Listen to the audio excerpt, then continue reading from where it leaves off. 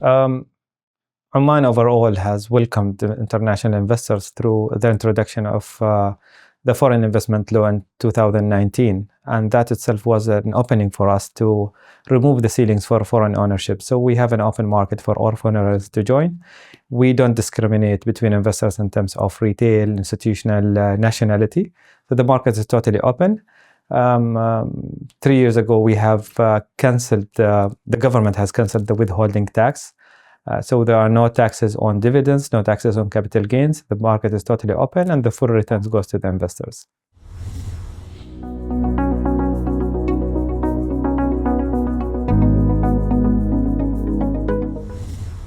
So this conference is a great platform for us to meet investors, especially that London is the hub of main asset managers and main portfolio managers that really invest in the region.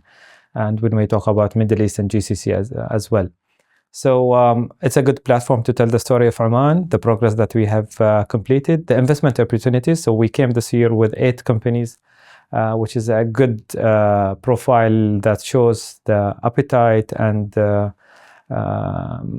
how investors are really seeking the investment in Oman. So with the 8 companies coming here that are mainly, mostly are the recent IPOs that came to the market because of the high cap, as well liquidity that has created in the market of those companies, that they become very attractive to the investors. So meeting the investors, telling the story, the progress that we have achieved from last year till today, and the upcoming future plans. This time we came with an official from the government talking about Oman story, the diversification of the economy, the plans from Oman Vision 2040, and how that supports the market.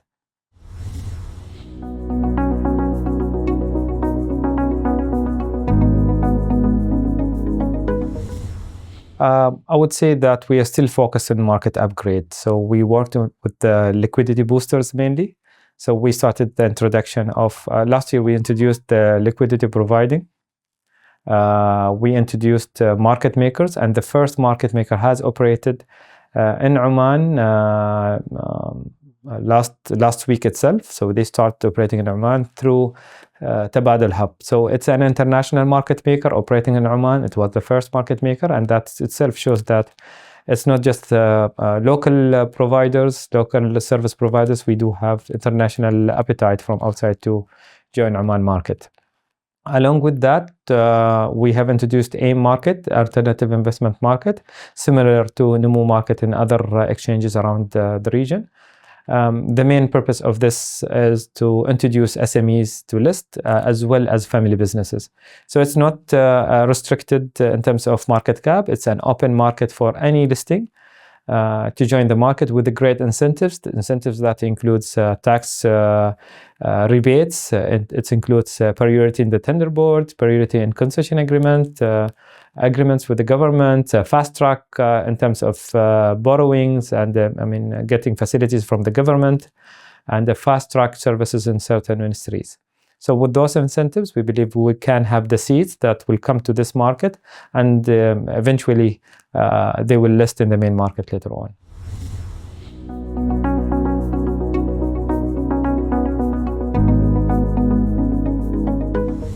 So since the introduction of liquidity providing services, and then we had the first liquidity fund, the second liquidity fund just started operating last month, and the first market maker started operating only a few weeks ago. So with this, we have seen that since last month, we have more than doubled the volumes, and that itself has created a good liquidity in the market. So hopefully, with the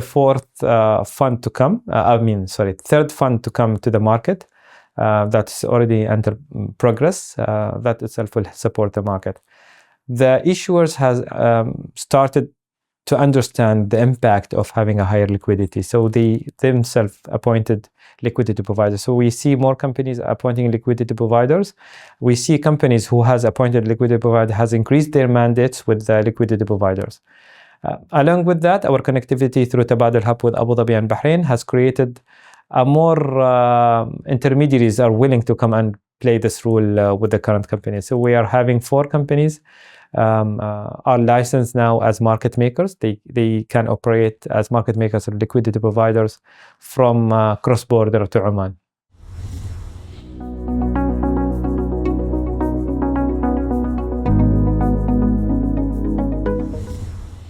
Yes. So we are working very closely with all the indices, FTSE, MSCI, both together. And we believe that the government has buy-in the concept of upgrading the market. And we have seen the third company that requires to fit the requirement of global indices are happening now with the consolidation that has been announced between Sohar International Bank and Ahli Bank. With this consolidation, I think we will have the third high cap company that really fits the requirements. What we need to do now is to focus on our free float and liquidity of those companies. So with whatever we have done in terms of liquidity boosters, we believe that having the third company ready, we will be in a better position, hopefully, to be in the watch list of global indices.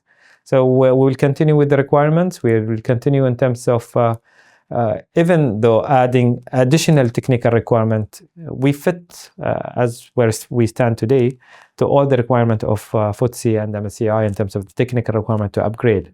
But we will keep adding additional tick boxes so we can bring more inflows to Oman.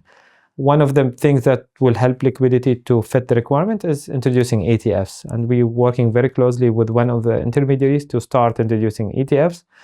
And that can really support bringing new investment to Oman, especially the top 5 crown jewels of our market.